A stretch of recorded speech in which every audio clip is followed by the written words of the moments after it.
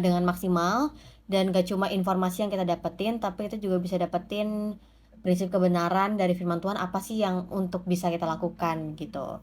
Nah, tapi sebelum itu kita mau berdoa dulu. Aku hari ini kayaknya cuma bisa sampai jam 3 kurang karena abis ini ada kegiatan. Jadi aku mulai lebih awal aja, nggak apa-apa ya. Ya kita berdoa. Tuhan, aku sungguh sangat bersyukur bahwa penyertaan Tuhan itu sempurna. Apapun bisa terjadi dalam hidup kami, mungkin kami merasa bahwa kehidupan bukannya semakin mudah, malah semakin sulit. Kami melihat kehidupan bukannya lebih semakin menyenangkan, tapi justru semakin membuat kami sedih. Tapi nggak apa-apa Tuhan, selama masih ada Tuhan yang bersama dengan kami, selama masih ada Tuhan yang menopang kami, selama masih ada Tuhan yang menopang kami, maka hidup selaras dengan kehendak Tuhan. Dan biar Engkau juga Tuhan yang mengajar setiap anak-anak-Mu yang mendengar firman Tuhan hari ini. Kami berbicara masing-masing pribadi dengan setiap kebutuhan, dengan setiap pergumulan mereka, dengan setiap latar belakang mereka. Biar Engkau pakai firman ini Tuhan untuk memerdekakan dan memulihkan mereka, untuk membebaskan dari hal-hal yang tidak kami ketahui, hal-hal yang membelenggu kami, hal-hal yang membuat kami mudah putus asa, bahkan hal-hal yang membuat kami jadi menjauh daripada Tuhan. Kami percaya firman-Mu itu benar, firman-Mu itu cukup, firman-Mu itu membawa kami kepada hidup dan kebenaran. Kami bersyukur Engkau Allah yang luar biasa, di dalam nama Tuhan Yesus, amin.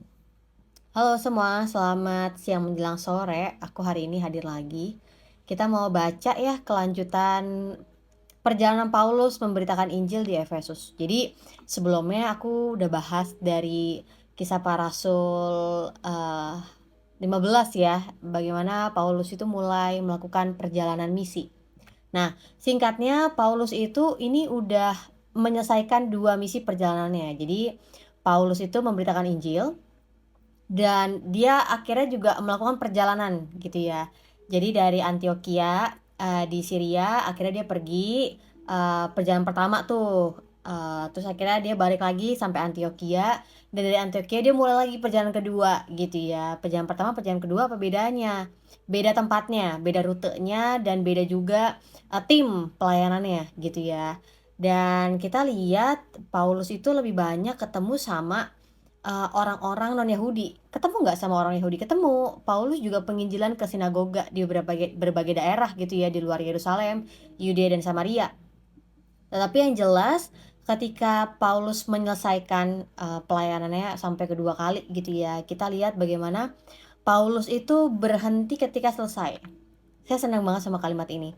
Berhenti ketika kita udah selesai, bukan berhenti untuk mundur gitu ya. Jadi kalau misalnya lihat perjalanan Paulus, ketika dia melayani, dia ngalamin gak yang namanya penolakan, dia mengalami gak yang namanya penderitaan gitu ya, di kejar-kejar sama orang-orang Yahudi yang iri hati gitu ya, yang gak mempercayai Yesus apalagi. Tapi meskipun Paulus mengalami yang namanya penolakan dan penderitaan, Paulus juga menyaksikan ada orang-orang yang mau menerima, mau percaya, dan mau menyelidiki kaitan Yesus dengan kitab suci. Jadi ini yang membuat kita tuh jadi punya sebuah penerimaan gitu ya, ketika kita mau memberitakan Injil. Kenapa?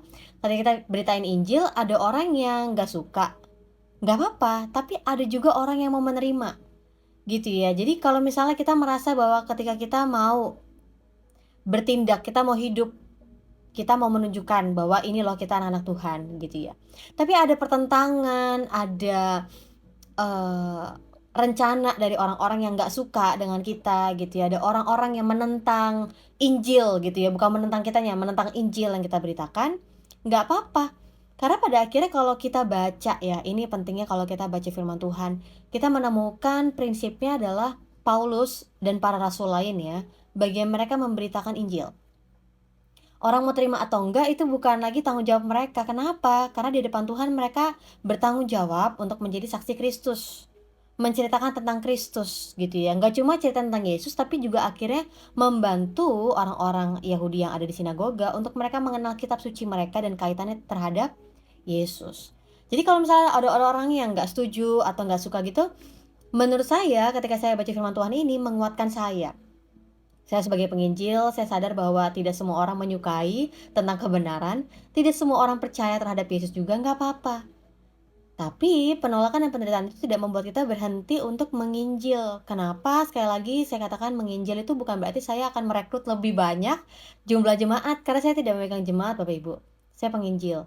Saya memberitakan Injil supaya orang bisa mendengar kebenaran dan mengenal Kristus sebagai juru selamat. Kalau misalnya ada orang-orang yang apa ya, mungkin beda pandangan gitu ya sama saya gitu ya, atau misalnya beda, pengertian terhadap beberapa ayat, nggak apa-apa, yang penting kita semua sama satu di dalam Kristus. Nah, jadi kita mau baca dari perjalanan Paulus yang ketiga ya, karena yang dua-duanya udah selesai dan Paulus melanjutkan yang ketiga. Nah, ayat yang pertama kita baca Kisah Para Rasul 19 ayat yang pertama. Ketika Apolos masih di Korintus, Paulus sudah menjelajah daerah-daerah pedalaman dan tiba di Efesus. Di situ didapatinya beberapa orang murid. Katanya kepada mereka, "Sudahkah kamu menerima Roh Kudus ketika kamu menjadi percaya?" Akan tetapi mereka menjawab Paulus, "Belum, bahkan kami belum pernah mendengar bahwa ada yang namanya Roh Kudus." Lalu kata Paulus kepada mereka, "Kalau begitu dengan baptisan manakah kamu telah dibaptis?" Jawab mereka, "Dengan baptisan Yohanes." Kata Paulus, baptisan Yohanes adalah baptisan orang yang telah bertobat.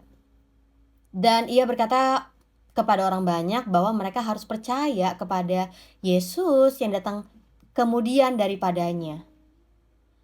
Ketika mereka mendengar hal itu, mereka memberi diri mereka dibaptis dalam nama Tuhan Yesus. Dan ketika Paulus menumpangkan tangan di atas mereka, turunlah Roh Kudus ke atas mereka. Dan mulailah mereka berkata-kata dalam bahasa roh dan bernubuat. Jumlah mereka kira-kira 12 orang. Selama 3 bulan, Paulus mengunjungi rumah ibadat itu dan mengajar dengan berani. Oleh pemberitaannya, Paulus berusaha untuk meyakinkan mereka tentang kerajaan Allah. Tetapi ada beberapa orang yang tegar hatinya. Mereka tidak mau diyakinkan. Malahan mereka mengumpat jalan Tuhan di depan orang banyak. Karena itu Paulus meninggalkan mereka dan memisahkan murid-muridnya dari mereka. Dan setiap hari berbicara di ruang kuliah Tiranus. Hal ini dilakukan 2 tahun lamanya, sehingga semua penduduk Asia mendengar firman Tuhan, baik orang Yahudi maupun Yunani. Oke, jadi kalau misalnya ada yang baru pertama kali dengar renungan ini gitu ya. Ini konteksnya apa sih? Ini maksudnya apa? Oke, saya sedikit kasih review aja. Jadi Paulus, seorang hamba Tuhan ya, yang memang Tuhan khususkan ketika Paulus ada di Antiokhia untuk memberitakan Injil kepada orang-orang non-Yahudi. Paulus dengan Barnabas gitu ya. Dan dalam mereka melanjutkan misinya, misi pertama Paulus dengan Barnabas, tapi dalam misi yang kedua Paulus bawanya Silas. Barnabas berjalan dengan Yohanes Markus ke daerah lain gitu ya. Nah, selanjutnya Paulus menyelesaikan nih, mau memulai perjalanan ketiga ke daerah Efesus.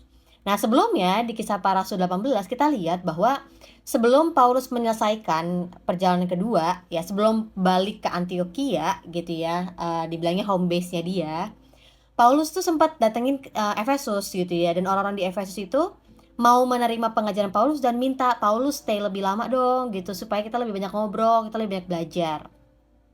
Tapi Paulus bilang, "Lihat nanti apakah itu jadi kehendak Tuhan untuk aku kembali kepada Efesus," gitu ya. Nah, ketika jemaat itu lagi butuh, mereka ingin belajar firman Tuhan, datanglah seorang yang namanya Apolos dari Alexandria gitu ya. Jadi Apolos ini dia udah tahu tentang jalan Tuhan, tahu tentang kebenaran gitu ya. Dan ketika dia membagikan kepada Efesus itu, yaitu menolong orang-orang di Efesus, meskipun Apolos akhirnya juga disupport sama Priscilla Aquila. Tahu ya Priscilla Aquila? Priscilla Aquila itu adalah orang percaya yang udah sempat dimuridkan oleh Paulus gitu. Jadi Apolos mengajar, tetap mengajar, memberikan pengajaran, memberikan banyak banget informasi kaitan dengan kitab suci orang Yahudi. Tapi Priscilla dan Aquila juga menolong, mensupport yang namanya Apolos ini supaya Apolos akhirnya tahu tentang Kristus gitu ya, mengenal lebih lagi tentang jalan kebenaran, apa sih yang Allah inginkan, Allah rindukan gitu ya, melalui Kristus. Nah, Jadi Apolos itu masih ada di Korintus, tetapi akhirnya Paulus dari Antiokhia berangkatlah gitu ya ke Efesus. Nah, di Efesus Paulus ketemu, oh udah ada nih beberapa orang murid. Oke. Nah, ayat yang kedua, Paulus bilang kepada para murid itu, "Sudahkah kamu menerima Roh Kudus ketika kamu percaya?" Nah, kalau misalnya kita mau lihat tentang Efesus ini, teman-teman, jadi perjalanan Paulus ke Efesus ini diperkirakan di AD 52 sampai 57. Ya, jadi kalau misalnya mau lihat keseluruhan perjalanannya Paulus yang ketiga itu baca dari Kisah Para Rasul 19 sampai Kisah Para Rasul 21 ayat yang ke-26. Nah, jadi kita akan mendalami kota yang namanya Efesus ini ya. Kota Efesus ini sebenarnya menjadi pusat baru ya, pusat baru bagi pelayanan orang-orang Yahudi, non-Yahudi maksud saya, Gentiles ministry gitu ya. Jadi ini kalau kita lihat sebelumnya mereka haus dan lapar ingin belajar sesuatu dari Paulus, dan akhirnya mereka dapat kesempatan untuk Paulus datang lagi gitu ya. Nah, jadi Paulus tanya jawab kepada mereka ya, "Sudahkah kamu menerima Roh Kudus ketika kamu menjadi percaya?" Paulus tanya hal itu. Sebenarnya hal ini masih prinsip yang sama yang dijabarkan oleh para rasul gitu ya. Para rasul juga ketika mereka memberitakan Injil, mereka tuh mau tanya dengan detail sejauh apa pemahaman para murid gitu ya. Nah, terus mereka menjawab nih, orang-orang murid, beberapa orang murid yang ada di Efesus menjawab pertanyaan Paulus. "Belum, kami belum tahu tentang Roh Kudus karena kami belum pernah dengar tentang Roh Kudus," gitu ya. Tapi mereka udah mendengar tentang jalan Tuhan, udah mendengar tentang kebenaran. Nah, terus Paulus tanya, "Kalau gitu, kamu dengan baptisan siapa kamu dibaptis?" Mereka menjawab, "Dengan baptisan Yohanes," gitu ya. Berarti mereka juga punya pemahaman seperti apa yang Yohanes ketahui gitu ya. Apa yang Yohanes ketahui, apa yang para murid Yohanes itu jabarkan gitu ya. Nah, terus Paulus jawab, baptisan Yohanes adalah baptisan orang yang telah bertobat, dan Paulus menyampaikan bahwa mereka harus percaya kepada Dia yang datang kemudian daripada Yohanes, siapa Yesus. Jadi, kalau misalnya ada yang bertanya, apakah pengajaran Paulus itu kontras dengan pengajaran Yesus? Tidak, karena Paulus juga memberitakan tentang Yesus. Jadi Paulus ketika memberitakan Injil, Paulus menceritakan tentang penggenapan dari apa yang Allah janjikan dalam perjanjian lama, dalam kitab-kitab orang Yahudi, tapi juga memberitakan tentang Yesus. Nah, pesannya Paulus ini nggak berubah Bapak Ibu dari pelayanannya kepada orang Yahudi maupun non-Yahudi gitu ya. Sebelumnya kita belajar ketika Paulus menginjil di Athena, yang terjadi adalah Paulus tetap menceritakan tentang Yesus, tapi dengan perspektif orang Athena, ya, tidak ditambah, tidak dikurangin, tetap bicara tentang Yesus sebagai hakim yang adil, sebagai juru selamat. Nah, jadi akhirnya Paulus tahu bahwa murid yang ada di Efesus, beberapa orang murid yang ada di Efesus itu, mereka dibaptis dengan baptisan Yohanes gitu ya. Tapi baptisan Yohanes ini kelemahannya adalah ya mereka belum terlalu mengerti tentang Yesus dan Roh Kudus, tapi mereka udah tahu kebenaran. Oke. Nah, ketika mendengar hal itu, akhirnya mereka memberi diri untuk dibaptis di dalam nama Tuhan Yesus.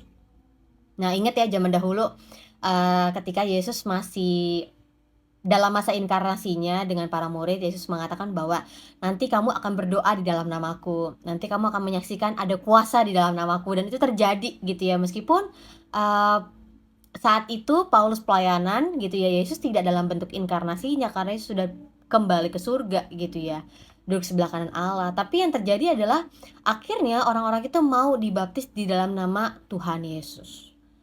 Dan ketika Paulus telah menyelesaikan baptisan itu, Paulus menumpangkan tangan di atas mereka, lalu turunlah Roh Kudus ke atas mereka. Mulailah para murid itu berkata-kata dalam bahasa roh dan bernubuat. Saya mau berhenti di sini dulu. Jadi kalau misalnya kita lihat dalam bahasa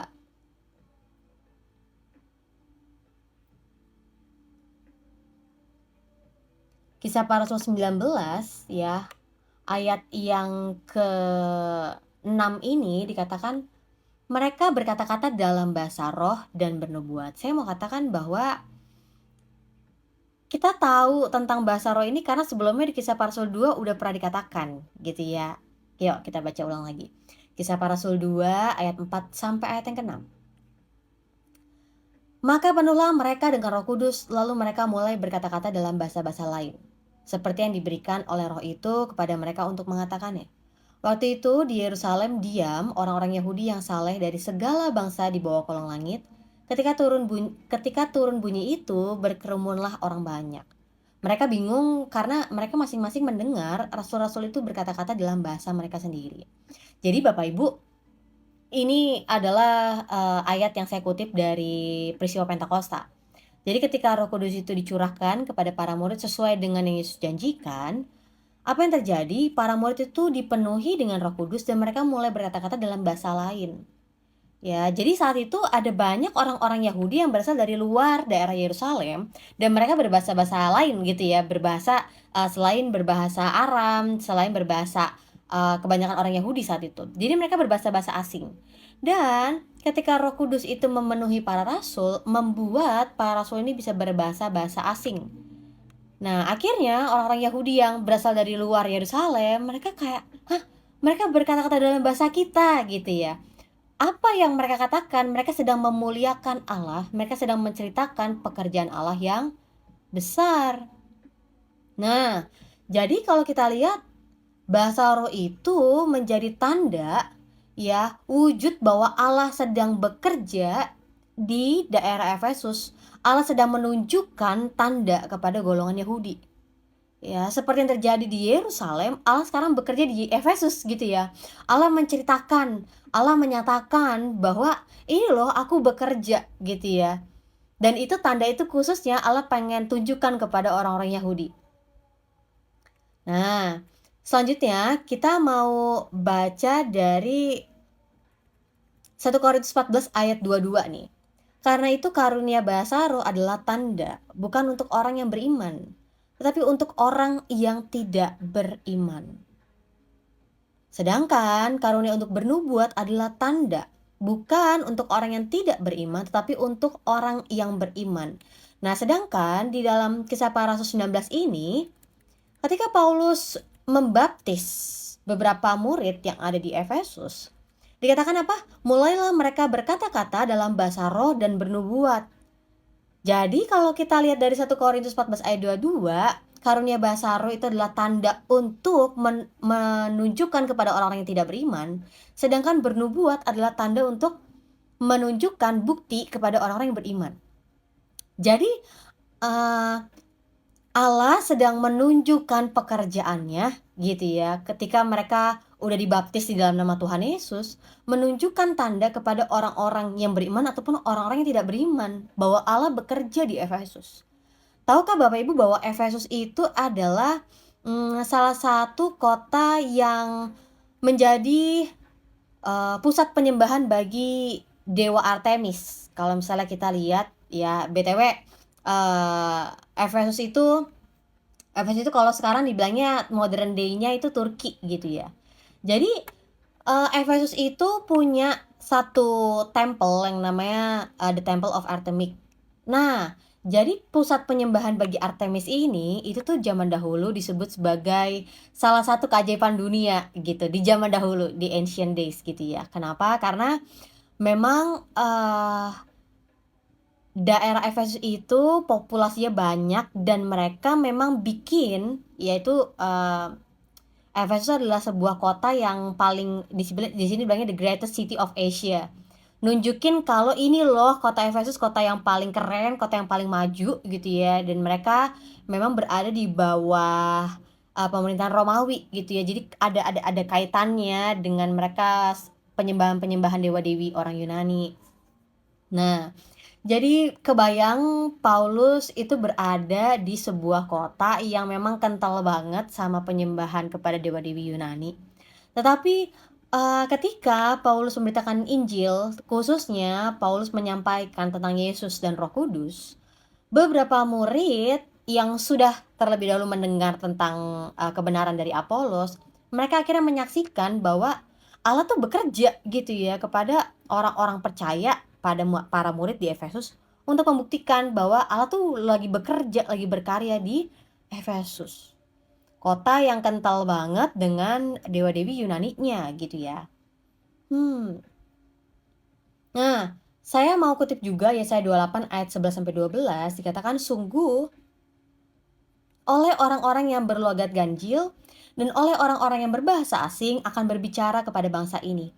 Dia yang telah berfirman kepada mereka, inilah tempat perhentian, berilah perhentian kepada karena ada kaitannya gitu ya. Kayaknya ada orang-orang yang berlogat ganjil, ada orang-orang yang berbahasa asing, tapi sebenarnya itu adalah caranya Allah untuk menyampaikan firman kepada orang-orang itu bahwa inilah tempat perhentian. Berilah perhentian kepada orang yang lelah. Inilah tempat peristirahatan. Tetapi meskipun gitu ya, para murid yang ada di Efesus itu mereka menyampaikan, mereka melalui karunia Allah mereka memberitakan apa yang jadi kehendaknya Tuhan, orang-orang itu tidak mau mendengarkan. Ya. Jadi saya mau jelasin tentang sedikit dari berkata-kata dalam bahasa roh dan bernubuat itu karena kalau misalnya kita baca gitu ya, konteksnya dari perikop ini, ketika para murid yang ada di Efesus, mereka telah mendengar tentang Roh Kudus dan mereka dibaptis di dalam nama Yesus, akhirnya mereka menerima Roh Kudus itu tinggal hidup dalam diri mereka. Jadi berbahasa roh kaitannya dengan kehadiran Roh Kudus dan berbahasa roh itu kaitannya dengan menguatkan orang percaya. Kalau misalnya ada yang bertanya gitu ya, gimana Kak kalau misalnya aku tidak mendapatkan karunia bahasa roh gitu ya. Saya mau katakan kembali lagi, wujud hasil output dari kehadiran Roh Kudus dalam kehidupan kita itu adalah dengan adanya buah roh dan karunia-karunia roh. Nah, namanya juga karunia roh, artinya kita tuh hanya diberikan aja, kita hanya bisa menerima aja, bukan karena kita yang maksa gitu ya, bukan. Namanya juga karunia-karunia gitu. Jadi kalau misalnya kita tidak mendapatkan nggak apa-apa. Ada banyak orang kayak, aduh saya nggak dapet ini karunia misalnya berbahasa roh atau bernubuat gitu ya. Lalu saya merasa Roh Kudus tidak dalam diri saya, tidak. Karena wujud atau hasil dari Roh Kudus itu, wah, maknanya dampaknya besar banget Bapak Ibu. Salah satunya adalah kenapa kita nggak mau untuk menyadari bahwa hasil dari kehadiran Roh Kudus dalam hidup kita adalah buktinya kita bisa mengasihi. Buktinya kita bisa mengampuni. Buktinya kita bisa punya belas kasihan. Kenapa? Karena orang yang tidak pernah menerima Roh Kudus gitu ya, mereka nggak bisa untuk merasakan yang namanya kasih, sukacita, damai sejahtera karena itu asalnya berasal dari Allah. Ya. Jadi Roh Kudus tuh asalnya dari Allah. Karena dia adalah Roh Allah gitu ya. Karena dia adalah Roh Allah. Dan kalau misalnya kita sadar bahwa Roh Allah tuh udah tinggal dalam hidup mereka, ada dalam hidup kita, aku percaya banget buktinya adalah kita mau rindu untuk semakin mengasihi Tuhan. Kita rindu untuk semakin mau percaya kepada Tuhan. Kita rindu untuk semakin mau untuk mengenal Tuhan lewat kita baca firman Tuhan. Ya, jadi ada juga yang bilang kayak, aduh gimana ya kalau misalnya kayaknya aku lagi nggak semangat gitu ya. Apakah aku kayak lagi kekurangan Roh Kudus gitu ya? Apakah kayak aku kayak lagi kurang afeksi gitu ya? Emosi aku kayak lagi nggak stabil. Saya mau katakan Roh Kudus itu menuntun kita untuk kita bisa setia, untuk kita bisa tetap mempercayai Tuhan apapun keadaan kita. Nggak apa-apa kalau misalnya memang keadaan kita kayaknya seperti tertekan gitu ya, kayak sulit. Saya mau katakan contoh hal sederhana tentang damai sejahtera. Damai sejahtera itu kita nggak bisa dapetin dari dunia ini Bapak Ibu. Mungkin kelihatan orang tuh happy gitu ya, tapi itu kan happiness. Itu bukan damai sejahtera. Itu beda. Itu bukan sukacita. Nah, saya mau jelasin sedikit ya. Perbedaan tentang happiness sama yang orang-orang bilang sukacita, damai sejahtera. Saya mau bilang sukacita dulu aja ya. Jadi Apa bedanya, saya mau jelasin apa bedanya sukacita dengan kebahagiaan gitu. Nah, jadi, happy, gembira gitu ya, itu biasanya terjadi karena sesuatu yang berasal dari luar. Kita dapetin sesuatu dari luar. Misalnya, ya kalau saya dapat duit nih di awal bulan gitu kan, nunggu sampai tanggal 15 gajian. Saya akan seneng nih tiba-tiba dapat duit. Nah, itu kan berarti seneng, happy. Karena kesenangan kita tuh bergantung dari apa yang kita dapetin dari luar. Oke? Tapi beda dengan joy. Ya, sukacita. Sukacita itu bukan karena apa yang kita dapetin dari luar. Nah loh, maksudnya gimana gitu ya? Jadi sukacita atau joy itu kan kita dapatkan dari Tuhan. Ya, jadi ketika kita mengenal siapa itu Tuhan, kita mengasihi Tuhan, kita mau percaya kepada Tuhan. Mau kita ngalamin tekanan hidup, mau kita dirugiin orang, mau kita ngerasa, ya elah hari ini duit tinggal 50.000 gitu kan, bertahan sampai tanggal 15 bagaimana nih? Kita bukannya khawatir atau kayak sedih atau kayak marah gitu ya. Tapi kita bisa punya joy, sukacita. Kenapa? Karena ada Tuhan yang pelihara kita. Jadi joy itu kita bisa nikmatin, kita bisa alamin bukan karena keadaan eksternal kita. Tetapi joy itu asalnya dari internal kita. Kenapa? Karena ada Tuhan yang ada dalam diri kita. Ada Tuhan yang hidup di dalam diri kita. Makanya kalau misalnya kita contoh ya, kita lihat, kenapa ya ini temen aku, dia kayaknya ada masalah, tapi dia kayak santai aja, dia tenang aja. Kok kayaknya temen aku nih, aku tahu sih keluarganya lagi bermasalah, tapi kok dia bisa untuk tetap punya sukacita ya. Nah, orang percaya ya hidupnya itu penuh dengan sukacita bukan karena keadaan yang terjadi dalam hidupnya Bapak Ibu, tetapi karena ada Tuhan yang tinggal, karena ada Tuhan yang bersama dengan dia, karena dia yakin Tuhan tuh jamin hidup dia. Saya kemarin sampaikan di Instagram saya, kalau misalnya ada yang belum temenan, boleh tuh temenan ya di Instagram. Namanya sama, Kami Kostela juga. Jadi di Instagram itu, khususnya di channel, saya bagiin bahwa ayo kita berani untuk belajar berani untuk melangkah. Karena ada Tuhan yang bersama dengan kita. Kita kan kebanyakan apalagi anak muda ya. Ada satu yang berani banget gitu ya. Anak muda kan kayak ada dua golongan gitu ya. Ada yang berani banget, tapi ada yang kayak bener-bener kayak banyak banget pertimbangan, banyak banget takutnya. Nah, jadi saya mau kasih dukungan, saya mau kasih semangat, saya mau kasih inspirasi kepada teman-teman semuanya yang orangnya takutan. Ayo kita berani, ayo kita belajar untuk jadi berani, untuk melangkah, untuk mencoba, untuk berserah. Karena ada Tuhan yang bersama dengan kita. Kalau kita ngandelin dunia sekitar kita, apakah sekarang kita lihat dunia akan lebih baik? Kita lihat aja dari masa pandemik. Iya sih, pandemik udah nggak ada gitu ya. Kayaknya oke, sekarang COVID udah nggak dianggap sebagai virus yang membahayakan, dianggap sebagai flu gitu ya. Kalau lihat dari kasus ya Singapura, COVID banyak gitu ya di sana. Tapi mereka cuma anggap itu sebagai flu biasa aja, dan ya udah antisipasi pakai masker gitu doang. Tapi kita lihat dunia secara internasional bukannya jauh lebih baik, malah jadi semakin lebih buruk. Kita lihat sekarang moral di dunia jauh lebih buruk. Kayaknya orang-orang tuh kayak udah terbiasa dengan genosida, orang terbiasa untuk jelekin orang terbiasa untuk menjadi haters gitu kan, orang terbiasa untuk membuat masalah yang sebenarnya itu nggak jadi masalah gitu ya. Kalau kita orang percaya hanya mengandalkan dunia di luar untuk kita bisa tenang, kita bisa punya sukacita, saya mau katakan nggak bisa Bapak Ibu. Karena joy itu cuma kita bisa dapatkan di dalam Tuhan. Gimana ya bisa rasain joy itu gitu kan? Saya mau katakan joy itu adalah sebuah keputusan, decision.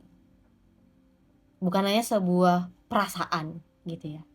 Sukacita itu bukan hanya sekedar perasaan, tapi adalah sebuah decision, keputusan bahwa Tuhan, aku mau tetap mengucap syukur meskipun hari ini duit aku tinggal 50.000 sampai tanggal 15 gitu kan. Tuhan, aku hari ini mau tetap percaya sama Tuhan, sekalipun hari ini jawaban doa belum aku terima. Tuhan, hari ini aku tahu bahwa keluargaku lagi ada masalah, tapi aku mau tetap mengasihi Tuhan dan mau tetap hidup benar. Nah, itu kan sebuah wujud, orang percaya yang dewasa ya. Karena kita tahu, iya kita bisa untuk dipengaruhi dari dunia luar kita, tapi saya mau tanya, mau sampai kapan kita jadi goyah? Mau sampai kapan kita mau terus tergoncang dengan apa yang terjadi di luar?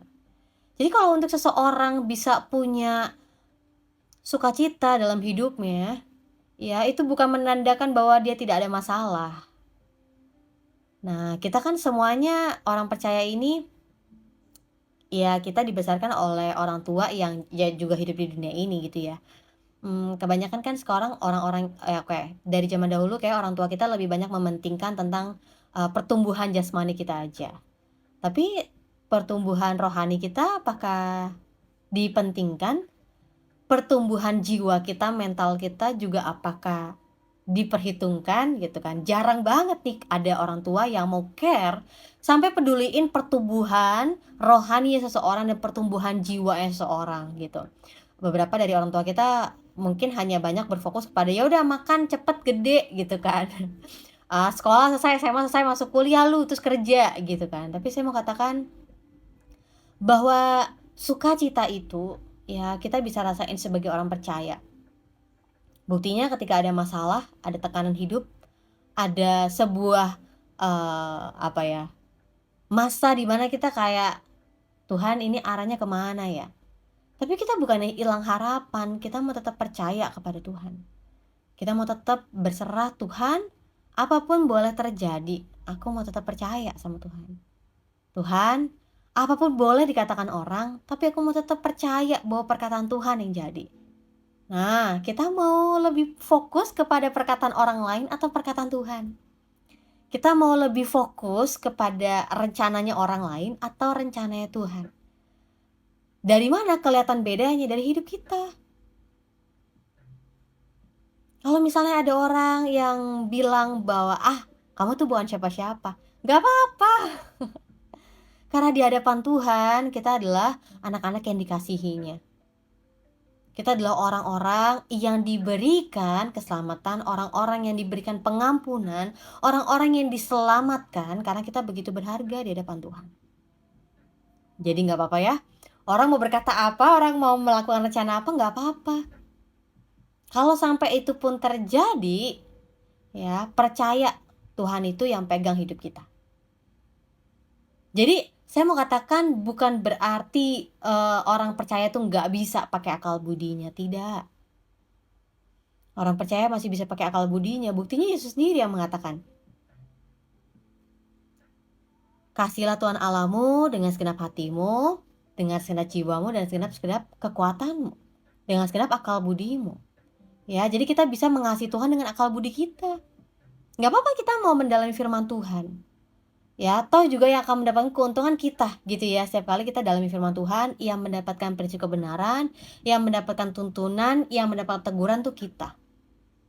Nah, jadi tadi saya sedikit bicara tentang bagaimana Roh Kudus itu menunjukkan kehadirannya gitu ya kepada, para murid yang ada di Efesus. Nah, jumlah para murid yang ada di Efesus ini kira-kira 12 orang. Selama 3 bulan, Paulus mengunjungi rumah ibadat di situ dan mengajar dengan berani. Oleh pemberitaannya, Paulus berusaha meyakinkan mereka tentang kerajaan Allah. Jadi, awal mulanya Paulus itu 3 bulan gitu ya, ada untuk selalu mengunjungi sinagoga di Efesus. Paulus menceritakan tentang kerajaan Allah. Tetapi ada beberapa orang dari Yahudi, mereka tidak mau diyakinkan, bahkan mereka mengumpat jalan Tuhan di depan orang banyak. Ya udah, Paulus meninggalkan mereka dan memisahkan murid-muridnya dari mereka dan setiap hari berbicara di ruang kuliah Tiranus. Nah, Tahu nggak sih Paulus tuh sampai menyewa sebuah ruangan yang ada yang bisa dipakai untuk mereka bisa belajar. Ya, namanya tuh Tyrannus gitu ya. Kita tahu ada istilah Tyrannus juga gitu ya. Jadi karena penolakan beberapa orang Yahudi dalam sinagoga, Paulus tetap untuk memberitakan Injil. Paulus tetap menceritakan Yesus. Paulus tetap menceritakan tentang karya keselamatan gitu ya kepada orang-orang Yahudi yang ada di Efesus. Nah, dari salah satu teks Yunani yang ada menuliskan bahwa kalau misalnya pakai jam-jaman kita ya orang Indonesia, Paulus itu tiap-tiap hari mengajar dari jam 11 pagi sampai jam 4 sore. Wow, keren ya. Paulus mengajar dari jam 11 sampai jam 4 sore. Itu macam kayak apa ya? Kayak hmm, ya kayak jadi SKS gitu ya. Dari jam 11 sampai jam 4 sore. Berapa SKS tuh? Coba. Nah, jadi kalau misalnya kita mau lihat konteksnya di Efesus di zamannya Paulus, Efesus itu adalah kota kota yang terkenal untuk travel dan bisnis. Jadi Efesus is a key city for travel and business. Ya, yang dimana Efesus ini mengizinkan memberikan kesempatan untuk Paulus menyampaikan testimoni about Jesus melewati provinsi Roma yang ada di Asia gitu. Sekarang Efesus itu ya adanya di Turki gitu ya, di modern. Kalau misalnya zaman modern sekarang di Turki. Nah, jadi kalau misalnya kita lihat nanti besok kita lihat selanjutannya apa yang terjadi di Efesus gitu ya. Tapi saya mau ulang yang Kisah Para 19 ayat 10. Hal ini dilakukannya 2 tahun lamanya, dari awalnya 6 bulan, lalu akhirnya Paulus menambahkan gitu ya, jadi 2 tahun lamanya, sehingga semua penduduk Asia mendengar firman Tuhan, baik orang Yahudi maupun Yunani. Nah, karena Efesus itu adalah kota yang kota penting untuk bisnis dan travel, jadi ada begitu banyak orang ya, orang-orang Asia datang ke Efesus untuk mendengar Paulus yang mengabarkan Injil. Wow, kebayang ya. Memang tadinya Paulus dapat kesempatan untuk terlebih dahulu memberitakan Injil dari daerah-daerah Yudea Samaria gitu ya sampai melebar. Nah, kita lihat Injilnya gini dari Kisah Para Pasal pertama. Yesus mengatakan, "Tetapi kamu akan menerima kuasa kalau Roh Kudus turun ke atas kamu, dan kamu akan menjadi saksiku di Yerusalem, Samaria, Yudea, bahkan sampai ke ujung bumi," gitu ya. Dan kita lihat memang bagaimana Allah menyatakan dirinya melalui pencurahan Roh Kudus itu di Yerusalem. Nah, akhirnya ya di Yerusalem banyak orang yang mau percaya dan mau menerima Yesus sebagai juru selamat, dan akhirnya jemaat yang ada di Yerusalem itu mulai berpencar ke daerah Yudea, Samaria. Nah, kelihatannya kayaknya oh ya udah bergerak aja ke daerah lain gitu ya, tapi sebenarnya orang-orang percaya itu menggenapi perkataan Yesus. Ya, kehadiran Roh Kudus itu menggenapi perkataan Yesus bahwa dari Yerusalem akhirnya Injil itu diberitakan ke Yudea dan Samaria gitu ya. Kita lihat bagaimana pelayan Stefanus, Filipus gitu ya, dan jemaat-jemaat yang memberitakan Injil ke daerah Samaria gitu ya. Nah, dari kisah sampai berhenti di situ, kita akhirnya mendengar juga cerita tentang Paulus yang akhirnya mengalami perjumpaan secara supernatural dengan Yesus Kristus, dan akhirnya mau untuk bertobat dan percaya gitu ya. Dan akhirnya dia mulai memberitakan Injil gitu. Nah, jadi pemberitaan Injil yang awal dari Yerusalem, Yudea, Samaria, bahkan sampai ke ujung bumi itu benar terjadi Bapak Ibu. Ya, lewat perjalanan Paulus, lewat perjalanan para rasul lainnya. Ya, jadi sama sekali kita bukannya berpikir bahwa oh ini karena rasul ini, bukan. Kita lihat blueprintnya, kita lihat map gedenya gitu ya, bahwa pada akhirnya pemberitaan Injil itu sampai ke seluruh bumi.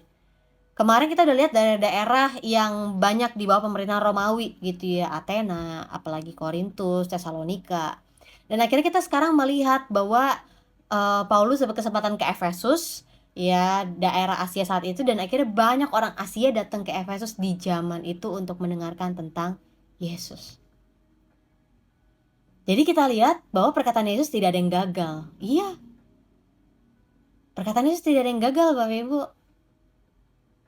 Dan kita lihat lagi bahwa Yesus benar-benar menyertai pekabaran Injil.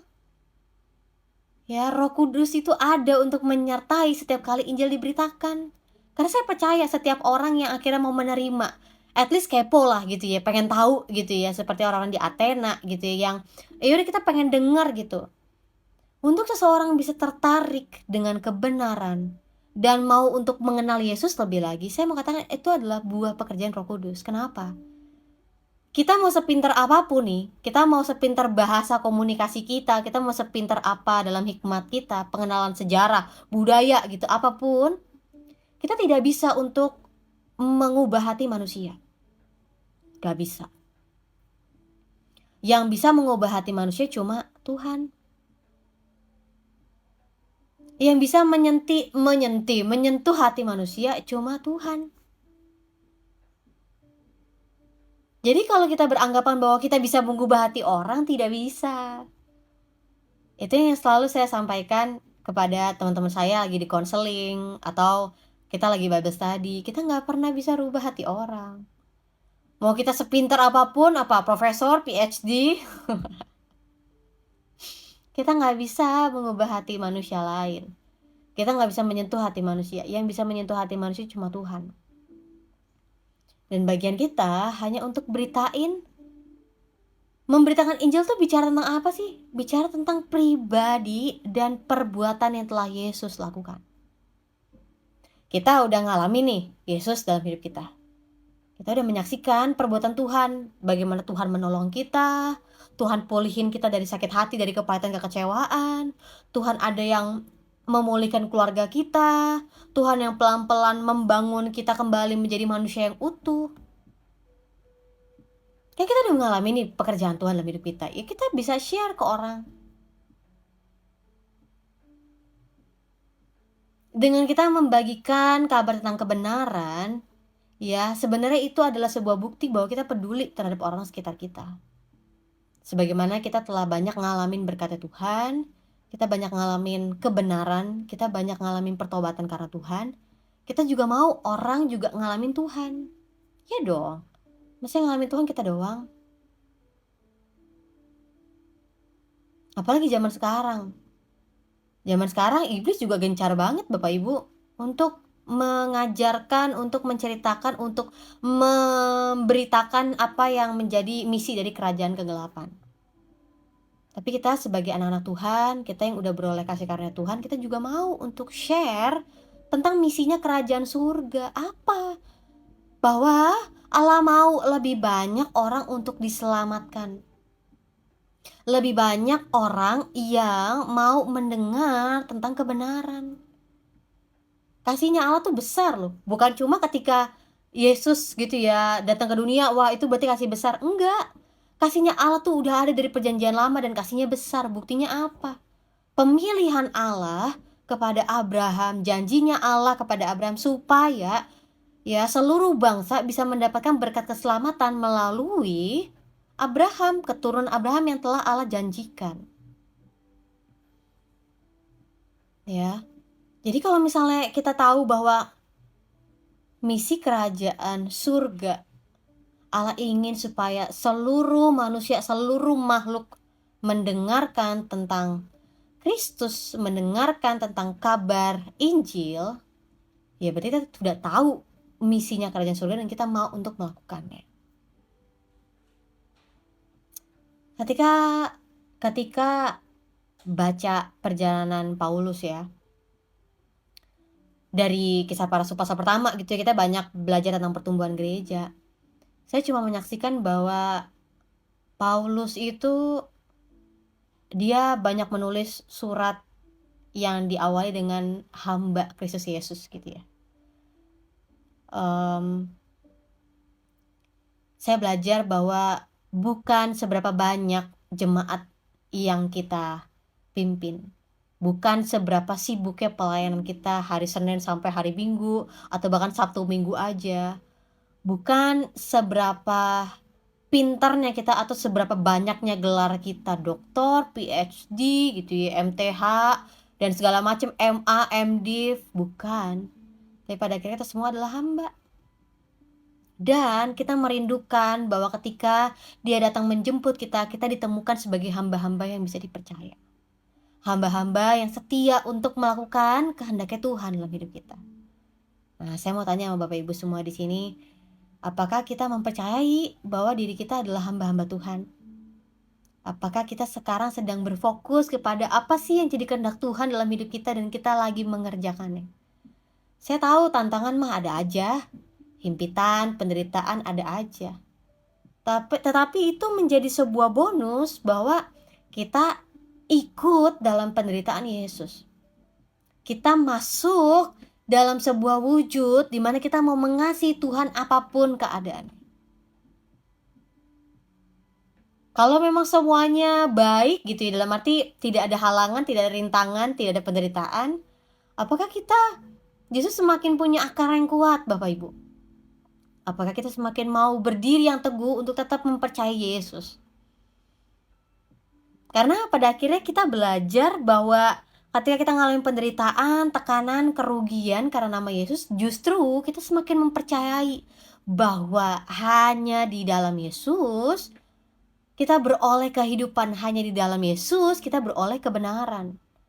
Kenapa? Karena semua yang ada di dunia gitu ya, menolak yang namanya Yesus. Berarti ada kuasa yang besar, yang dahsyat di dalam nama Yesus. Kenapa? Karena iblis pun gencar juga gitu ya untuk menggagalkan, untuk meruntuhkan, untuk menggoyahkan anak-anak Tuhan. Apalagi hari-hari ini. Yuk, di masa-masa ini ya, kita tidak lagi fokus kepada penderitaan, tekanannya. Kita tetap boleh mengalami itu, tapi fokus kita tetap kepada Yesus. Tuhan, aku mau mengasihi Tuhan walaupun. Tuhan, aku mau mengasihi Engkau sekalipun. Tuhan, aku mau tetap percaya kepada Engkau sekalipun keluargaku gak percaya kepada Engkau. Tuhan, aku mau tetap mengasihi Engkau sekalipun orang-orang di sekitar aku tidak mengasihi Engkau. Tuhan, aku ingin Engkau tahu apa yang aku alami dalam hatiku, aku hidupin. Ya, gimana caranya kita membuktikan bahwa kita mengasihi Tuhan? Dengan menghidupi hidup ini untuk mengasihi Tuhan. Jadi sebagaimana Paulus kembali memulai perjalanan untuk memberitakan Injil, di situ kita belajar, wah Paulus ini nggak mundur-mundur ya, ngalamin dikejar orang, masuk penjara, direndahkan orang, apalagi banyak ketemu sama dukun-dukun gitu ya di dalam perjalanannya. Tapi Paulus tetap memberitakan Injil. Karena Paulus bilang apa? Dia adalah hamba Kristus. Bahwa dia adalah hamba yang paling hina di antara semua hamba, dia bisa mengatakan hal itu. Kita lihat keteladanannya Paulus sebagai orang yang sudah mengenal Yesus dan menerima kasih karunia, bahwa Paulus juga akhirnya dibukakan tentang keselamatan gitu ya, dibukakan tentang karya Kristus dalam hidupnya, membuat dia ingin untuk orang lain itu juga mendengarkan hal yang sama. Ya, sekali lagi kita lihat bukan seberapa banyak muridnya Paulus, bukan, karena pada akhirnya semua tentang pemberitaan Yesus. Semua tentang orang yang harus belajar, yang mau untuk menerima dan percaya kepada Yesus. Ya, gak apa-apa kalau misalnya ada orang-orang yang berpendapat bahwa Yesus bukan Tuhan. Ya, untukmu keputusanmu, untukku keputusanku gitu ya. Untukmu agamamu, untukku agamaku. Gak apa-apa. Tapi yang jelas kita tetap perlu memberitakan firman Tuhan. Karena saya percaya gini Bapak Ibu, saya gak pernah tahu di menit keberapa Roh Kudus itu bisa menyentuh hati seseorang. Saya gak pernah tahu ketika live TikTok di tanggal berapa Tuhan itu mau beracara kepada seseorang. Jadi saya sebagai hamba Tuhan, saya hanya perlu untuk terus bersiap-siap, berjaga-jaga memberitakan Injil firman Tuhan. Ya, karena saya percaya bahwa firman yang diberitakan, firman yang diberikan, firman yang diajarkan itu nggak kembali dengan sia-sia. Kenapa? Karena ada Roh Kudus yang memakai firman yang hidup itu yang akan mengerjakan dari kepikiran, tadi keinget itu apa ya maksudnya ya? Jadi penasaran, jadi pengen cari tahu lebih lagi, dan kita udah banyak semua pegang sosmed, pegang internet, dan kita bisa akses apa aja, termasuk tentang pribadi Yesus. Saya mau katakan Yesus itu pribadi yang indah. Saya nggak pernah ketemu seseorang yang seindah, seluar biasa Yesus, yang begitu mengasihi saya. Mungkin ada orang yang bisa mengasihi kita cuma dari tampang kita gitu ya. Oh, dia pintar gitu, pantas kita mau terima dia. Iya, dia anaknya baik gitu, kita mau terima dia. Tapi apakah dari kita ada orang yang baik? Tidak. Kita bisa marah, kecewa ketika orang rendahin kita. Kita bisa sakit hati ketika orang itu, dia kan asal dari keluarga yang nggak bener. Iya, dia dari suku ini, dia dari budaya ini, dia mantan ini segala macem. Kita semua punya latar belakang yang buruk. Masa lalu kita semua gelap. Tuhan aja nggak bisa ubah masa lalu kita, Bapak Ibu. Iya. Jadi akhirnya saya belajar bahwa Tuhan mau menerima setiap seluruh hidup saya, termasuk masa lalu saya. Tapi Tuhan gak biarkan saya untuk tenggelam dalam masa lalu saya, dalam kepahitan saya, dalam keputusasaan saya. Tuhan itu mau untuk menuntun saya untuk menerima kebenarannya. Jadi saya hari ini mau katakan, sebagai orang-orang yang dibenarkan, kita bersuka cita bukan karena kita benar, bukan, tapi karena Kristus sumber kebenaran kita. Hari ini kita bisa punya hikmat, bukan karena kita yang kepintaran dengan hikmat kita, tapi karena Tuhan yang dengan murah hati memberikan hikmatnya kepada kita. Hari ini kita bisa punya belas kasihan ketika melihat orang-orang di sekitar kita. Buktinya karena apa? Karena kita telah menerima belas kasihan Tuhan yang membuat kita bisa punya belas kasihan kepada yang lain. Ya, gak apa-apa. Dunia boleh menjadi seperti apa yang mereka mau. Tapi kita anak-anak Tuhan tetap berdiri di atas dasar, yaitu Yesus Kristus, juru selamat kita. Kalau dilihat lucu juga ya, setiap kali saya beritain firman Tuhan, selalu ada banyak orang yang kontra dengan firman Tuhan, kontra dengan Yesus. Berarti Yesus itu luar biasa ya Bapak Ibu. Berarti Yesus itu sangat berkuasa, sehingga semua banyak orang, roh-roh jahat yang menentangnya itu langsung datang menyerbu. Tapi gak apa-apa. Saya percaya setiap orang-orang percaya yang mendengarkan firman Tuhan, mereka akan diam. Tetapi yang ribut adalah orang-orang yang karena tidak ketahuan mereka, karena tidak taunya mereka dikendalikan, mereka dihasut oleh roh jahat untuk menentang nama Yesus. Terima kasih, hari ini renungan telah diberikan. Bersyukur bahwa setiap kali firman Tuhan diberikan, kolom komentar rame. Puji Tuhan, hari ini saya bersyukur ada begitu banyak orang yang dengerin firman Tuhan. Dan kita mau doa tutup, sekalian kita doain Bapak Ibu semua di sini ya. Ya Tuhan, aku berdoa untuk setiap orang-orang yang ada di live talk ini. Biarkan mereka menyaksikan Engkau, Yesus. Karena pada hari ini, pada saat ini ada begitu banyak orang yang skeptis, ada begitu banyak orang yang dengan pemikiran kritis mereka mau untuk mengalami Yesus. Tuhan, jangan tahan-tahan lagi, Tuhan jangan tunda-tunda lagi. Karuniamu, belas kasihanmu Tuhan turun kepada orang-orang yang belum mengenal Engkau. Tuhan, kami rindu, kalau kami aja udah diselamatkan, kami terima semua berkat jasmani dan rohani. Kami terima segala kemuliaan yang Tuhan telah berikan dalam kehidupan kami. Kami ingin orang-orang ini Tuhan untuk mengalami hal yang sama. Mereka boleh menyaksikan Yesus dalam hidup mereka. Mereka boleh dilepaskan dari setiap belenggu-belenggu dosa. Mereka bisa dilepaskan dari setiap tipu muslihat iblis Tuhan yang menarik mereka untuk semakin dekat dengan maut, semakin dekat dengan seperti serupa dengan iblis. Tuhan, belas kasihan-Mu dinyatakan kepada orang-orang yang belum mengenal Engkau. Tuhan, kami merindukan lebih banyak orang untuk mendengar kebenaran dan mau untuk menerima kebenaran. Sehingga lebih banyak orang di akhir-akhir zaman ini hidup sesuai dengan kebenaran.